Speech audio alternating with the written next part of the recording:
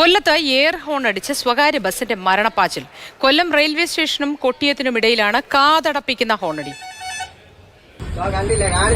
ഞാൻ എന്താ പറയാൻ പറഞ്ഞല്ലോ, ആ വണ്ടി ഇങ്ങോട്ട് ഒതുക്കി നിർത്താൻ വിളിച്ചു പറയാൻ പറഞ്ഞല്ലേ, കാണിച്ചാണ്ടില്ലേ ഇറക്കാന്മാരെ ഉമ്മേലൂരൊക്കെ ഇറങ്ങി ഇറങ്ങി ഇറങ്ങി വേണം ഇറങ്ങി ഇറങ്ങി ഇറങ്ങി ഇറങ്ങി.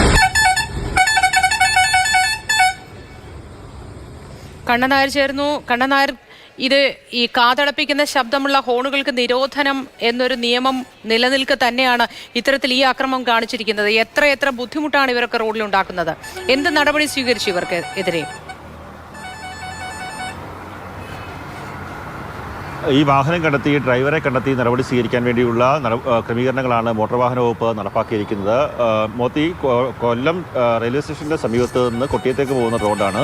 ഉമേലൂർ ഭാഗത്തൊക്കെ തന്നെ കൃത്യമായി ഇപ്പോൾ ഉയരപ്പാത നിർമ്മിക്കുന്നതിന്റെ ഭാഗമായി റോഡ് വളരെ വീതി കുറഞ്ഞിരിക്കുന്ന അവസ്ഥയാണ്. ആ സ്ഥലത്തുകൂടി വാഹനങ്ങൾ തിരക്കി പോകുന്ന സമയത്താണ് ഈ ഡ്രൈവർ അമിത വേഗത്തിൽ ശബ്ദമുണ്ടാക്കിക്കൊണ്ട് എയർഹോൺ മുഴക്കിക്കൊണ്ട് ഒപ്പം തന്നെ വലിയ വേഗതയിൽ ഈ വാഹനം മുന്നോട്ട് കൊണ്ടുപോകുന്നത് 2 ദിവസം മുമ്പ് ഉണ്ടായ ഒരു സംഭവമാണ്. ഈ സംഭവത്തിൽ നടപടി ഉണ്ടാകുമെന്ന് തന്നെയാണ് മോട്ടോർ വാഹന വകുപ്പ് ഉദ്യോഗസ്ഥർ പറയുന്നത്. നമുക്ക് ആ ദൃശ്യങ്ങളിൽ നിന്ന് കാണാൻ സാധിക്കുന്നുണ്ട്.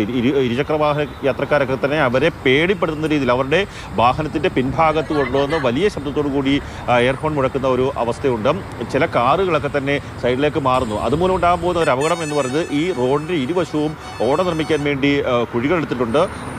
ഒരു ഭാഗത്ത് ഓട നിർമ്മിക്കാൻ വേണ്ടി കുഴിയെടുത്തിട്ടുണ്ട്, മറുഭാഗത്ത് റോഡ് നിർമ്മിക്കാൻ വേണ്ടി വലിയ കുഴിയെടുത്തിട്ടുണ്ട്. ഏതെങ്കിലും തരത്തിൽ ഇവർ സൈഡിലേക്ക് ഇരുചക്ര വാഹനങ്ങളും കാറുമൊക്കെ തന്നെ സൈഡിലേക്ക് നിർത്തുന്ന സമയത്ത് കുഴിയിലേക്ക് വീഴാനുള്ള സാധ്യത വളരെ വലുതാണ്. ഇത് ഒരു വ്യക്തിയുടെ മാത്രം വിഷയമല്ല. കൊല്ലം നഗരത്തിലൂടെ പോകുന്ന പല സ്വകാര്യ ബസ്സുകളും ഇത്തരത്തിൽ വലിയ തിരക്കുണ്ടായാൽ പോലും അവർ വാഹനങ്ങളുടെ പിന്നിൽ